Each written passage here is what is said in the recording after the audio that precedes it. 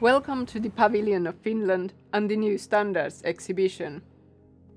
Standardization in building is frequently deplored as monotonous and boring even, but it persists as a recurring dream for architects who seek to harness the power of industrial production to address challenges of urbanization.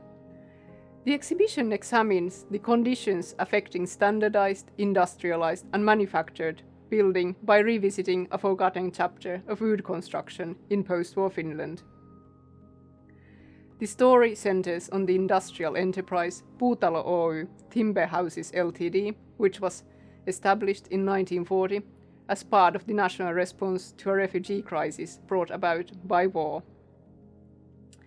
In less than a decade, the company became one of the largest manufacturers of prefabricated wooden buildings in the world. From 1940 to 1955, Finland exported hundreds of thousands of buildings to sites on every inhabited continent, constructing a legacy of housing and urbanization that has been largely overlooked.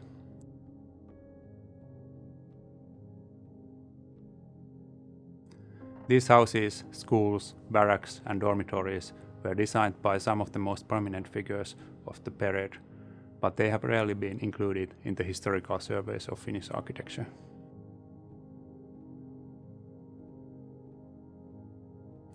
Nevertheless, the company and the buildings that it produced contributed significantly to the post-war rise in living standards. Today, Puutalo houses may be the nation's most widespread architectural export.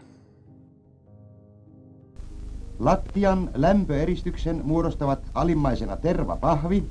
Hyvin kelpaa valmista yhden perheen tikkanimistä taloa katsellakin aurinkoisella männikkörinteellä. The New Standards project is working to locate and document Puutalo sites around the world in an online map, which may be explored on the website newstandards.info.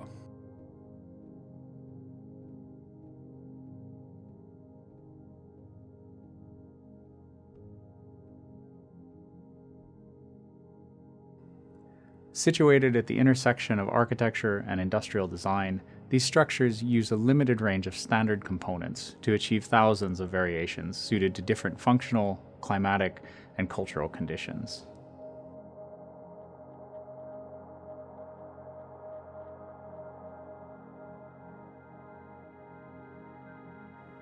These simple but effective solutions have allowed successive generations to remodel and reconfigure the buildings to suit their changing needs.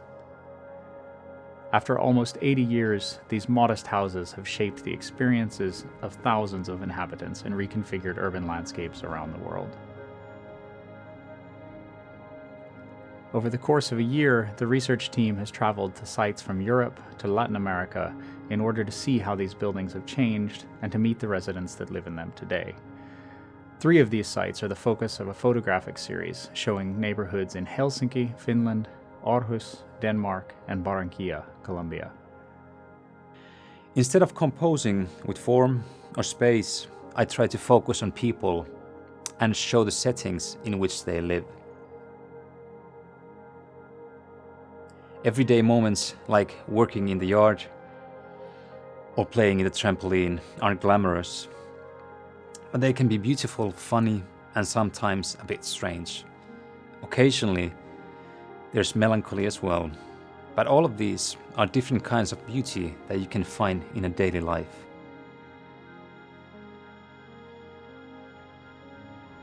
The photos are still about the houses too. In Colombia, this grandmother moved into her little house in 1957, and she raised 9 children there with her husband. The man sitting next to her is one of them. He was born in that room, and he has spent his whole life in that house. Today, his own wife and son live there as well.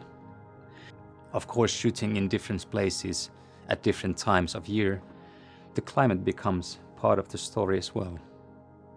In Finland, the winters can get dark, but the low angle of the winter light and the snow have a way of giving a bit of drama, even to simple things.